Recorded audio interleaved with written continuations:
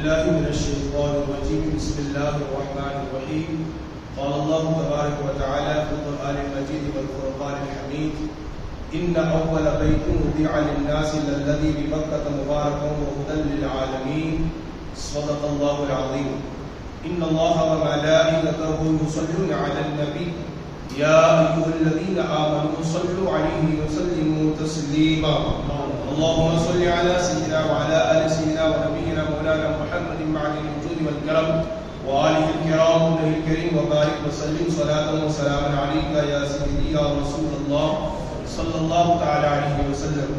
حضرات گرامی، اللہ تبارک و تعالیٰ کا بے پناہ شکر اور احسان ہے کہ اللہ پاک نے ہمیں اور آپ کو آج کی اس بابرکت محفل میں بیٹھ کر اللہ عز و جل اور اس کے پیارے رسول صلی اللہ علیہ وسلم کی کچھ باتیں سننے کا اللہ نے موقع عطا فرمایا۔ اللہ پاک ہم سب کے حاضری کو اپنی بارگاہ میں قبول و مقبول فرمائے۔ پارہ نمبر 4 سورہ آل عمران میں اللہ تبارک و تعالیٰ ارشاد فرماتا ہے ان اول بیت وضع للناس للذی بمکہ مبارکا وہدی للعالمین۔ اس کا ترجمہ یہ ہے کہ بے شک سب سے پہلا گھر جو لوگوں کی عبادت کے لیے بنایا گیا وہ ہے جو مکہ میں ہے، برکت والا ہے اور سارے جہان والوں کے لیے ہدایت ہے۔ یہ قرآن مقدس کا ایک سورت کا ایک ٹکڑا ہے جس میں اللہ تبارک و تعالیٰ مکے کے حوالے سے ارشاد فرما رہا ہے۔ اب اس آیے کریمہ کا شان نزول، پس منظر اور تفسیر یہ ہے، ایک مرتبہ یہودیوں نے آقا کی بارگاہ میں حاضر ہو کر کہا تھا اے محمد صلی اللہ علیہ وسلم، آپ قبلے کی طرف منہ کر کے نماز پڑھتے ہیں، حالانکہ بیت المقدس جو ہے وہ قبلے سے افضل ہے، اعلیٰ ہے۔ اللہ کے نبی صلی اللہ علیہ وسلم نے ارشاد فرمایا ایسی بات نہیں ہے، بلکہ خانہ کعبہ یہ بیت المقدس سے افضل اور اعلیٰ ہے۔ اور اس میں اس آیت کریمہ میں اللہ تبارک و تعالیٰ نے ان یہودیوں کا رد کرتے ہوئے، جواب دیتے ہوئے ارشاد فرمایا سب سے پہلے عبادت کے لیے جو گھر بنایا گیا ہے دنیا میں وہ خانہ کعبہ ہے۔ اور یہودیوں کی سوچ یہ تھی، یہودیوں کا کہنا یہ تھا کہ خانہ کعبہ سے بھی پرانا گھر بیت المقدس ہے اور اس کی فضیلت زیادہ ہے۔ حالانکہ ایسا نہیں ہے، بلکہ خانہ کعبہ سے 40 سال پہلے، بیت المقدس سے 40 سال پہلے خانہ کعبہ کی تعمیر ہوئی ہے اور اکثر انبیاء کرام نے اسی کی طرف منہ کر کے نماز پڑھا ہے اور ہر اعتبار سے خانہ کعبہ بیت المقدس سے افضل و اعلیٰ ہے۔ اور یہودیوں کے رد میں اللہ پاک نے آیت کریمہ نازل فرمائی۔ اب میں تفسیر نعیمی کی روشنی میں آپ سے عرض کروں کہ خانہ کعبہ کیوں کر بیت المقدس سے افضل اور اعلیٰ ہے۔ کئی وجوہات صاحب تفسیر نعیمی نے بیان فرمائی ہے۔ ان وجوہات میں سے پہلی وجہ یہ ہے، بیت المقدس کے مشہور بانی بنانے والے حضرت سلیمان علیہ السلام ہیں۔ اس کے مشہور بانی کون ہے؟ متولی حضرت سلیمان علیہ السلام۔ حالانکہ ان سے پہلے اور دیگر انبیاء کرام نے بیت المقدس کو بنایا ہے، اس کی تعمیر کی ہے، لیکن مشہور جو ہے وہ حضرت سلیمان علیہ السلام ہے کہ انہوں نے جنات کو لے کر کے بیت المقدس کی تعمیر فرمائی۔ ٹھیک ہے، یہ اس کے بانی اور متولی ہیں۔ لیکن خانہ کعبہ کو جہاں اور انبیاء کرام نے اس کی تعمیر فرمائی ہے، بنایا ہے اس کو، ان سب میں جو اس کے مشہور بانی اور متولی ہیں وہ حضرت ابراہیم خلیل اللہ علیہ السلام ہے۔ ایک طرف سلیمان علیہ السلام ہے اور ایک طرف ابراہیم خلیل اللہ علیہ السلام ہے۔ یقیناً یہ بھی نبی ہیں اور ان کا بھی مقام اور مرتبہ بہت عرف و اعلیٰ ہے، اور یہ بھی خلیل اللہ ہے، ان کا مقام و مرتبہ عرف و اعلیٰ ہے۔ لیکن ان دونوں میں سب سے اعلیٰ جو مقام ہے بڑا، وہ حضرت ابراہیم خلیل اللہ علیہ السلام کا ہے۔ بلکہ میں اکثر کہا کرتا ہوں تمام انبیاء کرام بڑے رتبے والے ہیں، بڑی عظمت والے ہیں، بڑے مرتبے والے ہیں۔ تمام نبیوں میں 5 نبی سب سے بڑے ہیں، ایک نوح علیہ السلام، ابراہیم علیہ السلام، موسیٰ علیہ السلام، عیسیٰ علیہ السلام اور ہمارے نبی۔ یہ تمام نبیوں میں سب سے بڑے ہیں اور انہیں اولو العزم پیغمبر کہا جاتا ہے۔ کون کون ہے؟ نوح علیہ السلام، ابراہیم علیہ السلام، موسیٰ علیہ السلام، عیسیٰ علیہ السلام اور ہمارے نبی۔ اور ان 5 میں بھی دوسرے نمبر پر جو سب سے بڑے ہیں وہ حضرت ابراہیم خلیل اللہ علیہ السلام ہے۔ تو بیت المقدس کو سلیمان کا ہاتھ لگا ہے اور خانہ کعبہ کو ابراہیم خلیل اللہ کا ہاتھ لگا ہے، اس لیے خانہ کعبہ بیت المقدس سے افضل ہوا۔ نہیں سمجھا؟ خانہ کعبہ بیت المقدس سے افضل اور اعلیٰ ہے، یہ اس کی پہلی وجہ. اور دوسری وجہ یہ ہے خانہ کعبہ کے بیت المقدس سے افضل و اعلیٰ ہونے کی، کعبہ معظمہ میں مقام ابراہیم علیہ السلام ہے اور حجر اسود ہے، اور اس طرح کی بے شمار نشانیاں خانہ کعبہ میں موجود ہے، اور یہ ساری چیزیں بیت المقدس میں نہیں ہیں. وہ پتھر کہ جس پر کھڑے ہو کر ابراہیم خلیل اللہ نے خانہ کعبہ کی تعمیر فرمائی ہے، تو اس پتھر کو نسبت ہو گئی خلیل اللہ کے قدموں سے. خلیل اللہ کے قدموں کو چوما، اس کا مقام اتنا بڑھ گیا، اتنا بڑھ گیا، اتنا بڑھ گیا کہ اللہ پاک نے اس کا ذکر قرآن میں فرمایا اور ارشاد فرمایا وَاتَّخِذُوا مِن مَّقَامِ إِبْرَاهِيمَ مُصَلًّى. وہ حج کو جانے والوں، عمرہ کو جانے والوں، تمہارا حج، تمہارا عمرہ اس وقت تک قبول نہیں ہوگا، کمپلیٹ نہیں ہوگا جب تک تم مقام ابراہیم اس پتھر کے پاس 2 رکعت نماز نہیں پڑھو گے. تو خانہ کعبہ کے اندر حجر اسود ہے، مقام ابراہیم ہے، جو بیت المقدس میں نہیں ہے. حجر اسود خانہ کعبہ میں ہے، بیت المقدس میں نہیں ہے. اور یہ حجر اسود کیا ہے؟ یہ وہ پتھر ہے جسے میرے نبی نے اپنے ان لبوں سے چوما ہے، ہے نا. اور یہ پتھر کرتا کیا ہے؟ جو بھی اسے چومتا ہے نا، یہ اس کے دل کی سیاہی کو، گناہوں کو کھینچ لیتا ہے. فرمایا جاتا ہے کہ یہ پتھر جب اترا تھا آسمان سے، حجر اسود کالا پتھر بہت دودھ سے زیادہ سفید تھا، لوگوں کے گناہوں کو کھینچ کھینچ کر کے سیاہ ہو گیا، اس لیے اسے حجر اسود کہتے ہیں. حجر کے معنی پتھر، اسود کے معنی کالا. آج بھی یہ پتھر ہے. حضرت عمر ابن خطاب ایک مرتبہ اس پتھر کے سامنے کھڑے ہو کر کہتے ہیں پتھر، او کالے سے پتھر، تو ایک پتھر ہے، نہ کسی کو فائدہ پہنچا سکتا ہے نہ نقصان پہنچا سکتا ہے. ایک پتھر ہے، تو نہ فائدہ پہنچا سکتا ہے نہ نقصان پہنچا سکتا ہے. میں تجھے چومتا ہوں صرف اس لیے کہ تجھے میرے مصطفیٰ نے چوما ہے. تو مقام ابراہیم خانہ کعبہ میں بیت المقدس میں نہیں ہے. حجر اسود خانہ کعبہ میں ہے، بیت المقدس میں نہیں ہے. اس لیے خانہ کعبہ بیت المقدس سے افضل ہوا. اللہ تعالیٰ اس آیت کو وہی یہودیوں کا رد کر رہا ہے. تم کہتے ہو بیت المقدس خانہ کعبہ سے افضل ہے، ایسی بات نہیں ہے، بلکہ خانہ کعبہ بیت المقدس سے افضل اور اعلیٰ ہے. تیسری وجہ سنیے، ایمان آپ کا تازہ ہو جائے گا. کعبہ معظمہ پر پرندے کبھی نہیں اڑتے، بلکہ اس کے آس پاس اگر اڑتے بھی ہیں تو ہٹ جاتے ہیں. اور یہ بات بیت المقدس کی نہیں ہے. خانہ کعبہ پر کبھی پرندے نہیں بیٹھتے اور اس پر پرواز نہیں کرتے، اس پر اڑتے نہیں ہیں، اور اڑنا بھی چاہتے تو الگ ہو جاتے ہیں. اور جانور جب بیمار ہوتے ہیں، پرندے جب بیمار ہوتے ہیں، وہ شفا بھی یہیں سے پاتے ہیں. وہ اس طور پر کہ خانہ کعبہ کے ارد گرد اس کی ہواؤں میں اڑتے ہیں، اور وہاں اڑنے کی برکت سے اللہ ان کی بیماری کو دور فرما دیتا ہے. اور یہ بات بیت المقدس میں نہیں ہے. تو بتاؤ خانہ کعبہ افضل ہوا کہ بیت المقدس افضل ہوا؟ دوسری بات، کوئی بھی جانور اگر ہرن پر شیر کی نظر پڑ جائے تو کیا شیر اس پر حملہ نہیں کرے گا؟ اگر جنگلی کتوں کی نظر ہرن پر پڑ جائے، پرند پر پڑ جائے، تو کیا جنگلی کتے اس پر حملہ نہیں کریں گے، اس کا شکار نہیں کریں گے؟ لیکن حرم شریف جو خانہ کعبہ ہے نا مکہ کے اندر، حرم شریف اس کی ایک حد ہے، اس میں اگر شیر آ جائے، ہرن آ جائے، جنگلی کتا آ جائے اور چرند پرند آ جائے، وہ ایک دوسرے کا شکار نہیں کرتے، اس لیے کہ وہ حرم بیت اللہ کا ادب بجا لاتے ہیں، وہ شکار نہیں کرتے. اور یہ چیز بیت المقدس میں نہیں ہے. تو پتہ چلا خانہ کعبہ بیت المقدس سے کیا ہے؟ افضل اور اعلیٰ ہے. اسی طرح دیکھیے، یعنی کہ حرم کعبہ میں بکری اور شیر ایک جگہ پانی پیتے ہیں، وہاں شکاری جانور بھی شکار نہیں کرتے. چوتھی چیز، حرم کعبہ میں تا قیامت جنگ و قتال حرام ہے. اور یہ اس دعا کا اثر ہے کہ جو حضرت ابراہیم نے کی تھی، رب اجعل ھذا بلدا آمنا، اللہ اس شہر کو امن والا شہر بنا دے. اور اس لیے بھی خانہ کعبہ بیت المقدس سے افضل و اعلیٰ ہے.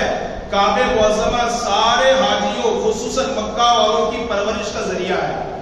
مکہ والوں کی پرورش کا ذریعہ ہے. مکہ کی جو زمین ہے نا، وادی غیر ذی زرع ہے، یعنی وہاں پر جس طرح یہاں باغات ہوتے ہیں، فصل ہوتی ہے، کھیت ہوتے ہیں، مکہ میں تو اس طرح نہیں ہوتے. ہم کھیتی کرتے ہیں، باغات ہم کرتے ہیں، مزدوری ہم کرتے ہیں، کام ہم کرتے ہیں، زیادہ کھانے والے مکہ والے. دنیا بھر کا اناج وہاں پہنچتا ہے، دنیا بھر کے پھل فروٹس، طرح طرح کے پھل وہاں پہنچتے ہیں اور مکہ والے کھاتے ہیں. یہ چیز اور جگہوں پر نہیں ہے، اس لیے خانہ کعبہ. اچھا ایک اور بات میں آپ کو بتا دوں جو تفسیر صراط الجنان کے اندر لکھی ہوئی ہے، خانہ کعبہ بیت المقدس سے افضل اور اعلیٰ ہے. وجہ اس کی کیا ہے؟ حج خانہ کعبہ کا فرض ہوا ہے، بیت المقدس کا کبھی حج فرض نہیں ہوا. حج ایک عظیم عبادت ہے، حج ایک عظیم عبادت ہے. ارکان اسلام 5 ہے نا، کلمہ پڑھنا، نماز پڑھنا، روزہ رکھنا، زکات دینا اور حج بیت اللہ کرنا. ٹھیک ہے، حج کرنا ایک بڑی عبادت ہے اور ہمیشہ خانہ کعبہ کا ہی حج فرض ہوا ہے، بیت المقدس کا حج فرض نہیں ہوا. اس اعتبار سے بھی خانہ کعبہ بیت المقدس سے افضل اور اعلیٰ ہے. ایک اور بات میں آپ کو بتاؤں کہ خانہ کعبہ یہ بیت المقدس سے افضل و اعلیٰ ہے. اس کی وجہ کیا ہے؟ یہ دنیا میں جو ہے نا اللہ کا جو گھر ہے خانہ کعبہ، لوگ اس کا طواف کرتے ہیں، چکر لگاتے ہیں، طواف کرتے ہیں. فرشتوں کا بھی ایک خانہ کعبہ جس کا وہ طواف کرتے ہیں، جسے بیت المعمور کہتے ہیں. کیا کہتے ہیں؟ بیت المعمور کہتے ہیں. وہ فرشتوں کا خانہ کعبہ جس کا وہ طواف کرتے ہیں. اب سوال یہ پیدا ہوتا ہے کہ وہ بیت المعمور جس کا طواف فرشتے کرتے ہیں وہ ہے کہاں؟ وہ آسمان کے اوپر ہے. پھر سوال پیدا ہوتا ہے کہ آسمان کے اوپر ہے تو کہاں ہے؟ عین خانہ کعبہ کے اوپر ہے یا بیت المقدس کے اوپر ہے؟ تو علماء نے فرمایا، مفسرین نے فرمایا، فرشتے جس کا طواف کرتے ہیں جس کا نام بیت المعمور ہے وہ عین کعبہ کے اوپر ہے، خانہ کعبہ کے اوپر ہے، بیت المقدس کے اوپر نہیں ہے. اس اعتبار سے خانہ کعبہ بیت المقدس سے افضل اور اعلیٰ ہے. اسی طریقے سے اللہ کے آخری نبی حضور رحمت عالم صلی اللہ علیہ وسلم کعبہ معظمہ کے پاس مکہ شریف میں پیدا ہوئے. نبیوں کا جو سردار ہے، نبیوں کا جو امام ہے اور جو ہم سب کا آقا ہے، مکی مدنی آقا جو ہے تاجدار رحمت صلی اللہ علیہ وسلم، ان کی ولادت طیبہ بیت المقدس میں نہیں ہوئی ہے بلکہ خانہ کعبہ مکہ المکرمہ میں ہوئی ہے. اس اعتبار سے خانہ کعبہ بیت المقدس سے افضل اور اعلیٰ ہے. اور ایک بات سنیے، خانہ کعبہ بیت المقدس سے افضل اور اعلیٰ ہے. اس کی وجہ یہ ہے کہ خانہ کعبہ مکہ میں ہے اور اللہ نے قرآن میں مکہ کی قسم یاد فرمائی ہے، بیت المقدس کی قسم اللہ نے یاد نہیں فرمائی ہے. اس اعتبار سے خانہ کعبہ مکہ المکرمہ میں جو موجود ہے وہ بیت المقدس سے افضل اور اعلیٰ ہے. ٹھیک ہے، اس طرح یہ خانہ کعبہ بیت المقدس سے افضل اور اعلیٰ ہے. تو پھر یہودیوں کا یہ کہنا کہ ہمارا قبلہ بیت المقدس یہ خانہ کعبہ سے افضل ہے، یہ ان کی سراسر نادانی ہے، جہالت ہے، کم علمی ہے. قرآن، احادیث اور تفاسیر کی روشنی میں یہ بات روز روشن کی طرح آیا ہے کہ خانہ کعبہ بیت المقدس سے افضل اور اعلیٰ ہے. اور پھر ہمارے علماء نے فرمایا آخری بات، خانہ کعبہ جو اس کی 4 دیواریاں ہیں نا، اس کے 4 کونے ہیں اور جس میں حجر اسود ہے، مقام ابراہیمی ہے، وہ اتنا مقدس خانہ کعبہ ہے. ہمارے علماء نے فرمایا جس کی نظر پہلی نظر خانہ کعبہ پر پڑ جائے تو جو دعا مانگے اللہ اس دعا کو فوراً قبول فرما لیتا ہے. یہ چیز اس کے بارے میں نہیں ہے. ہمارے علماء نے فرمایا خانہ کعبہ پر جب بندے کی پہلی نظر پڑتی ہے، آپ عمرہ کے لیے چلے گئے، حج کے لیے چلے گئے، تو جیسے آپ خانہ کعبہ میں جاتے ہیں، خانہ کعبہ کے پاس طواف کرنے کے لیے جو پہلی نظر آپ کی پڑتی ہے، اس وقت جو بھی دعا کی جائے اللہ تبارک و تعالیٰ اس دعا کو فوراً قبول فرماتا ہے. آپ نے سے بہت سارے حج کر چکے ہیں، عمرہ کر چکے ہیں، ظاہر سی بات ہے آپ نے سنا ہوگا اور دعا بھی کی ہوگی، لیکن دعا کیا کرنی چاہیے؟ کوئی بھی دعا کر سکتے ہیں، لیکن ہمارے علماء نے اس پر بھی رہنمائی کی اور علماء نے فرمایا جب خانہ کعبہ پر آپ کی پہلی نظر پڑے تو آپ یہ دعا کرو، اللہ میں زندگی میں جب بھی جو بھی دعا کروں اس دعا کو تو قبول فرما. کیا دعا کرے؟ زندگی میں جب بھی جو بھی میں دعا کروں اللہ تو اس دعا کو قبول فرما. اس لیے کہ اگر یہ دعا قبول ہو گئی تو زندگی کی ہر دعا تمہاری قبول ہو جائے گی. اللہ تبارک و تعالی ہم سب کو خانہ کعبہ کی بار بار زیارت کی توفیق عطا فرمائے اور مزید اس کی برکتیں اور اس کی فضیلتیں ہیں. انشاءاللہ اگلی تفسیر میں ہم آپ کی سماعتوں کے حوالے کرنے کی کوشش کریں گے. اللہ تبارک و تعالی موت سے پہلے بار اس کا دیدار ہمیں نصیب فرمائے. اور آپ جانتے ہیں جو بھی وہاں جاتا ہے کیا پڑھتا ہے؟ لبیک پڑھتا ہے. لبیک کے معنی لبیک اللہم لبیک، اللہ میں حاضر ہوں، اللہ میں حاضر ہوں. یہ لبیک کیوں کہتے ہیں؟ اس کی وجہ یہ ہے کہ جب حضرت ابراہیم علیہ السلام نے، تفسیر میں لکھا ہے کعبہ بنانے کا حکم دینے والا اللہ ہے. کون ہے؟ اللہ نے حکم دیا کعبہ بناؤ. بنانے والے ہیں حضرت ابراہیم علیہ السلام, پتھر اٹھا کر لانے والے ہیں اسماعیل علیہ السلام, اور انجینئر کا کام کرنے والے جبرائیل علیہ السلام. ہے نا, تفسیر میں لکھا ہوا ہے اللہ نے حکم دیا ابراہیم کو کہ ابراہیم میرا گھر بناؤ. ابراہیم نے بنانا شروع کیا. آرڈر کرنے والا خدا, بنانے والے ابراہیم, پتھر لانے والے اسماعیل, طریقہ بتانے والے جبرائیل. ہے نا, خانہ کعبہ. اور جب خانہ کعبہ کی تعمیر مکمل ہو گئی, اللہ نے ابراہیم خلیل اللہ سے فرمایا ابراہیم یہاں کھڑے ہو کر پوری دنیا میں بسنے والے انسانوں کو اس کا طواف کرنے کے لیے بلاؤ, ندا دے دو. ابراہیم خلیل اللہ علیہ السلام نے کہا, اس دور میں تو آج کی طرح نہ یوٹیوب تھا, نہ انٹرنیٹ تھا, نہ میڈیا تھا, نہ الیکٹرانک میڈیا تھا, نہ سوشل میڈیا تھا, کچھ نہیں تھا. جنگل, پتھر کا علاقہ, وادی غیر ذی زرع. اللہ کے نبی ابراہیم صلی اللہ علیہ وسلم نے عرض کیا اللہ میں یہاں سے پکاروں گا تو میری آواز کہاں تک جائے گی؟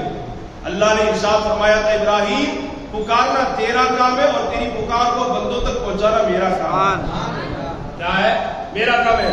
تو اس موقع پر اس وادی غیر ذی زرع میں کھڑے ہو کر, اس چٹیل میدان میں کھڑے ہو کر, پتھروں کے پہاڑیوں کے درمیان کھڑے ہو کر, حجر مقام ابراہیم اس پتھر پر کھڑے ہو کر حضرت ابراہیم نے پوری دنیا کے لوگوں کو حج کے لیے پکارا تھا, خانہ کعبہ کے طواف کے لیے پکارا تھا.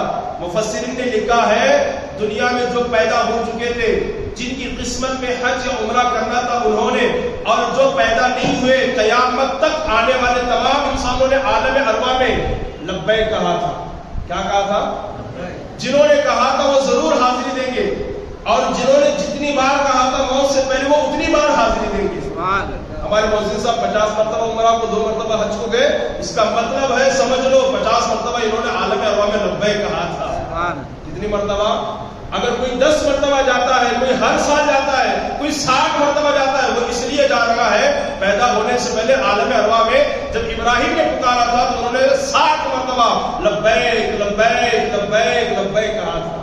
تو جو جتنی مرتبہ جائے گا تو سمجھ لو اس نے اتنی مرتبہ لبیک کہا تھا, اور جو ایک بار بھی نہیں گیا تو اس نے سمجھ لو کہ اس نے کہا ہی نہیں ہے. اللہ تعالی ہم سب کو حاضری کی توفیق عطا فرمائے, اور میں بھی ان خوش قسمت خوش نصیبوں میں ہوں کہ میں نے نہ معلوم کتنی بار کہا تھا لیکن 2 مرتبہ تو میں نے حاضری دی ہے, اور امید ہے کہ انشاءاللہ بار بار حاضری ہوتی رہے گی. اللہ پاک ہم سب کو وہاں کی حاضری کی توفیق عطا فرمائے.